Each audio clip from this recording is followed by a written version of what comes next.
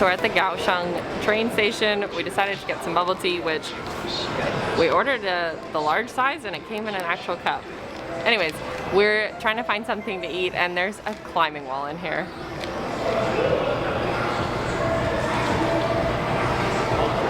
Okay, so we're gonna take the local train to Tainan. It cost us 112 Taiwanese dollars for both of us and it's gonna take just under an hour.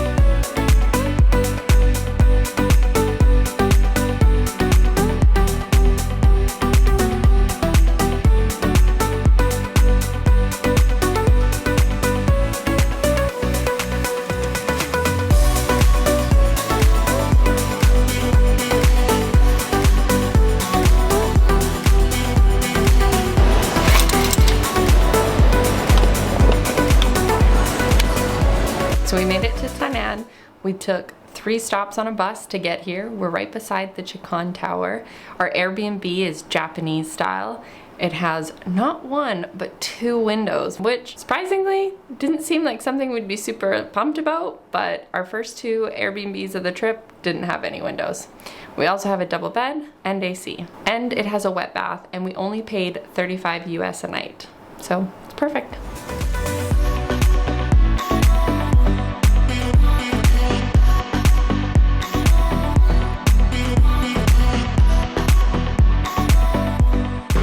So we're at the Chikan Tower and it's 50 Taiwanese dollars each. We got these when we came into the tower. Happy New Year!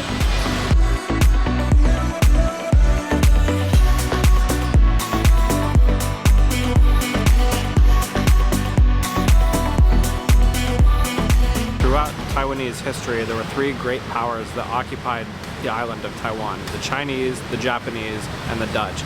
And the Dutch are the ones that created the Chikan Tower here. This is the original entrance built by the Dutch East India Company.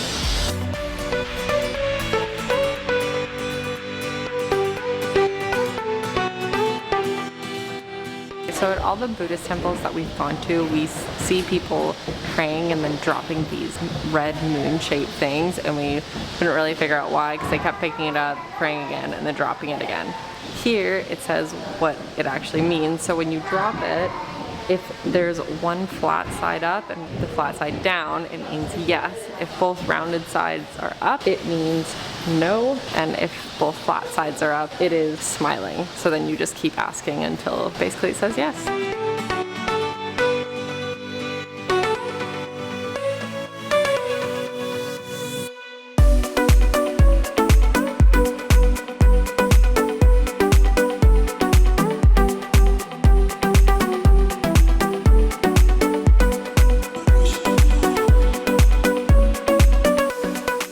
One thing I find pretty interesting here in Taiwan, not just in Tainan, but the other major cities, is that the sidewalk area is also shared with parking for all of the scooters.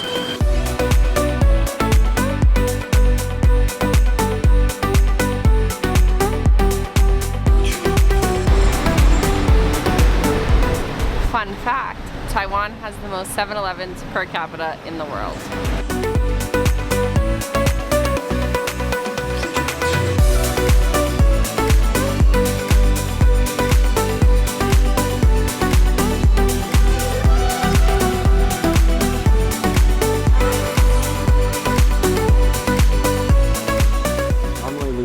A department store one of our destinations along the journey here because we don't really want to spend the budget for it, and we also don't have any space in our bags. But this one was built in 1932.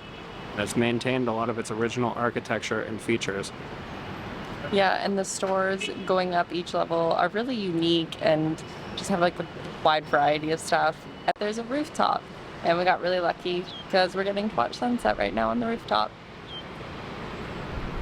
Okay, so when we were walking towards the department store, we saw this little street cart with these like dough ball things, and it was really busy and they were working really fast.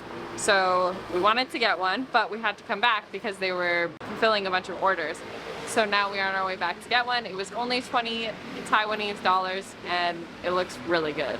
She asked if we wanted spicy sauce. We said a little bit. Let's see, how is it? I wasn't expecting it to be filled with anything, but it's filled with like lettuce and meat. And it's really good. The spicy sauce is kind of reminds me of like sriracha. It tastes like an egg roll without the crispy egg roll outer shell. It's just doughy like a bao bun, but tastes like an egg roll on the inside with like the cabbage and everything like that. So yeah, it is really good. It's just different.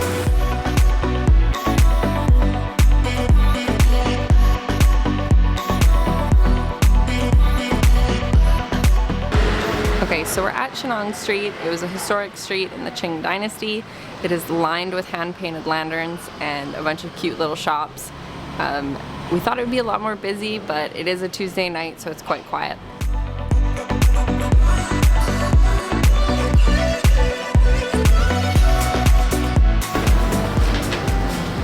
We got all of this for 115 Taiwanese dollars. Donut is good, nice and fresh.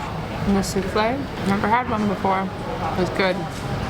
It's pineapple flavor, so it's sweet, and it's really spongy. Pretty good. And the tea is from Nantou County, which is where Sun Moon Lake is. It's where most of the tea in Taiwan is produced. I really wanted to try the milk tea with creme brulee, but I'm afraid of mixing two of my favorite things. I'm afraid it'll ruin it for me.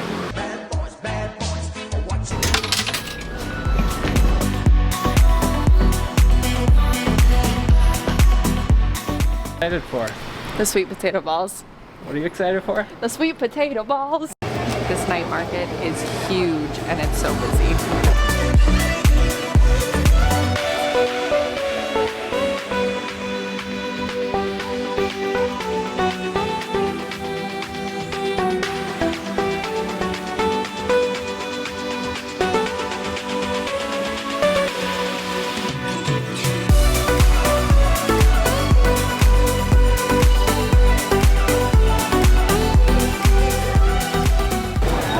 Lemon, but I like it.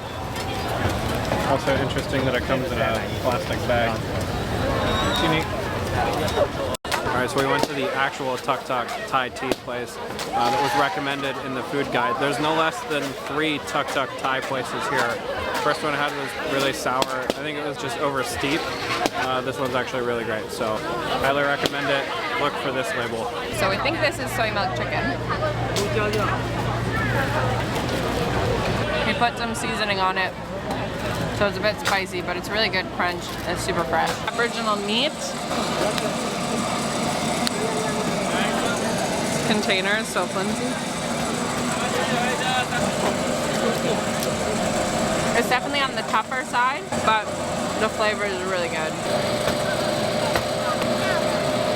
Could be a bit more tender. Flavor is good. Feel a little bit deceived because you walk up and everything's like cooking over the fire and it looks really good. And then you pay and it comes out of a little box and they're really quick about it so no one else sees. But it's worth the money. Okay, so this is an onion pancake, we think. I got pepper on it and a little bit of spice. That's really good. It's really crunchy. You can definitely taste the green onions and the spice. This is, I assume, a pork dumpling because there's a pig on the sign, and it's a dumpling, so I don't know. I'm glad that that is what it is. It is good. It's pretty basic, just like any other fried dumpling. What more could you want? So a couple things I do want to mention. First thing, even though I felt a little bit deceived about the steak coming out of a little bin, probably the best thing that we've tried so far. Second thing, so we had a second Thai tea. It also tasted a bit sour. My theory is that it's because of the stinky tofu, just kind of like wafting into the tea. And I think that that might be why they all taste sour. Could be wrong, but who knows. And then the third thing is important information that you should know when coming to Tainan.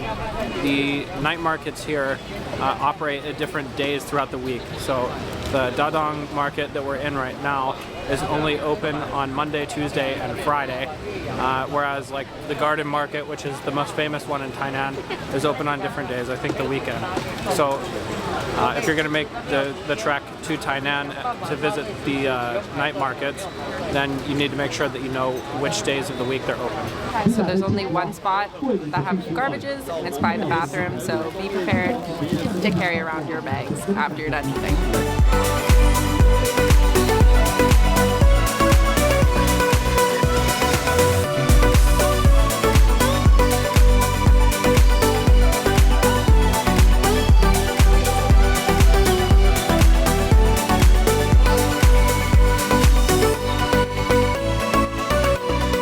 got this thing. Just don't really know what it is. We know it has mochi and chocolate in it.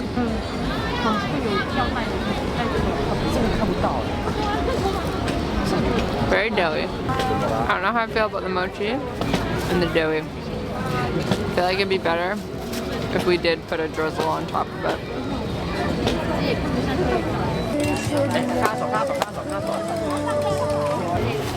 And the market doesn't have just food. We bought a screen protector for me because I cracked my other one. And then we bought a pack of masks for our flights. And they have clothes and jewelry and just everything. Okay, so we repeated the same mistake that we made in Taipei when we finished up Elephant Mountain, was assuming that the bus services and the subway, everything is a 24-hour service. It's not. Even though the night markets run until midnight, the public transit here in Tainan does not. So there's no buses. So we have a 36-minute walk back to our Airbnb. So plan ahead. Okay, we're on our walk home and we were looking at these trying to figure out if it was like gas or something, but it's drinking water. So we mentioned earlier that Taiwan has the highest number of 7-Elevens per capita in the world. It's not just that, they're 7-Eleven obsessed. They actually have an entire mascot for their 7-Elevens here, and this is the first time we've seen it.